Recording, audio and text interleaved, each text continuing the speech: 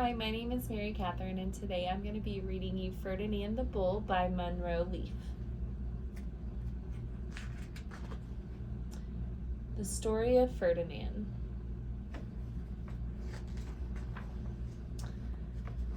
Once upon a time in Spain, there was a little bull, and his name was Ferdinand. All the other little bulls he lived with would run and jump and butt their heads together.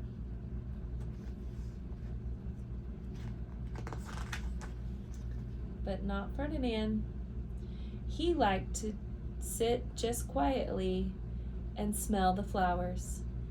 He had a favorite spot out in the pasture under a cork tree. It was his favorite tree, and he would sit in its shade all day and smell the flowers. Sometimes his mother, who was a cow, would worry about him. She was afraid he would be lonesome all by himself. "Why don't you run and play with the other little bulls and skip and butt your head?" she would say. But Ferdinand would shake his head. "I like it better here, where I can sit just quietly and smell the flowers." His mother saw that he was happy and not lonesome, and because she was an understanding mother, even though she was a cow, she let him just sit there and be happy. As the years went by, Ferdinand grew and grew until he was very big and strong. All the other bulls who had grown up with him in the same pasture would fight each other all day. They would butt each other and stick each other with their horns. What they wanted most of all was to be picked to fight at the bullfights in Madrid.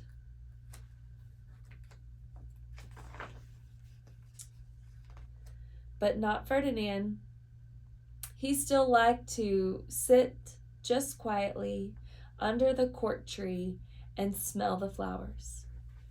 One day, 5 men came in very funny hats to pick the biggest, fastest, roughest bull to fight in the bullfights in Madrid. All the other bulls ran around snorting and bunting and leaping and jumping, so the men would think that they were very, very strong and fierce and pick them. Ferdinand knew that they wouldn't pick him, and he didn't care, so he went out to his favorite cork tree to sit down. He didn't look where he was sitting, and instead of sitting on the nice cool grass in the shade, he sat on a bumblebee. Well, if you were a bumblebee and a bull sat on you, what would you do? You would sting him.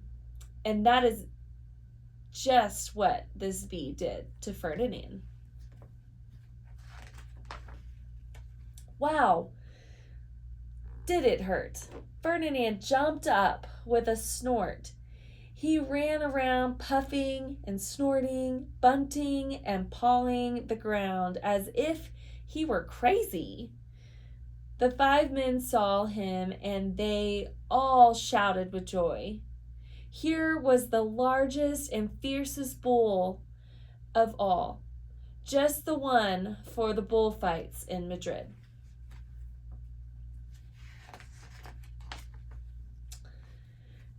So they took him away for the bullfight day, in a cart. What a day it was! Flags were flying, bands were playing, and all the lovely ladies had flowers in their hair.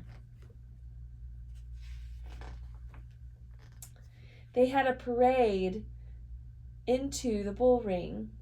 First came the banderellos with long, sharp pins with ribbons on them to stick in the bull and make him mad.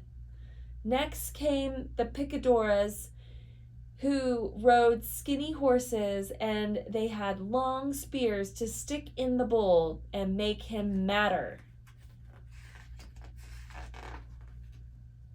Then came the matador, the proudest of all. He thought he was very handsome and bowed to the ladies. He had a red cape and a sword and was supposed to stick the bull last of all. Then came the bull, and you know who that was, don't you? Ferdinand. They called him Ferdinand the Fierce, and all the banderellos were afraid of him, and the picadors were afraid of him, and the matador was scared stiff. Ferdinand ran to the middle of the ring, and everyone shouted and clapped because they thought he was going to fight fiercely and butt and snort and stick his horns around. But not Ferdinand.